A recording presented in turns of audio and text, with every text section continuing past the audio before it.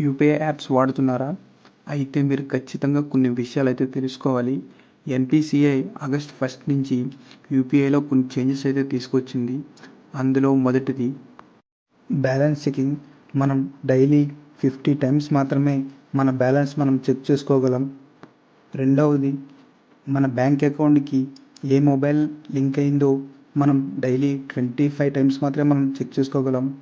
And third update OTT and other SAP పేమెంట్స్కి మనం auto debit అనే ఆప్షన్ పెడుతూ ఉంటాం.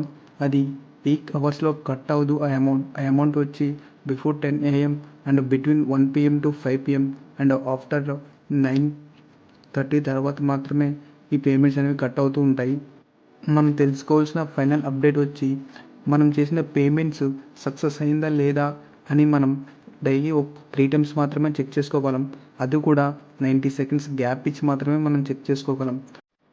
ఎన్‌పీసీఐ ఈ అప్డేట్స్ తీసుకురావడానికి కారణం ఏమిటంటే సెక్యూరిటీ రీజన్స్ వల్ల అండ్ ట్రాన్సాక్షన్స్ క్వాలిటీ పెంచడం వల్ల ఈ అప్డేట్స్ తీసుకొస్తున్నట్టుగా చెప్తున్నారు.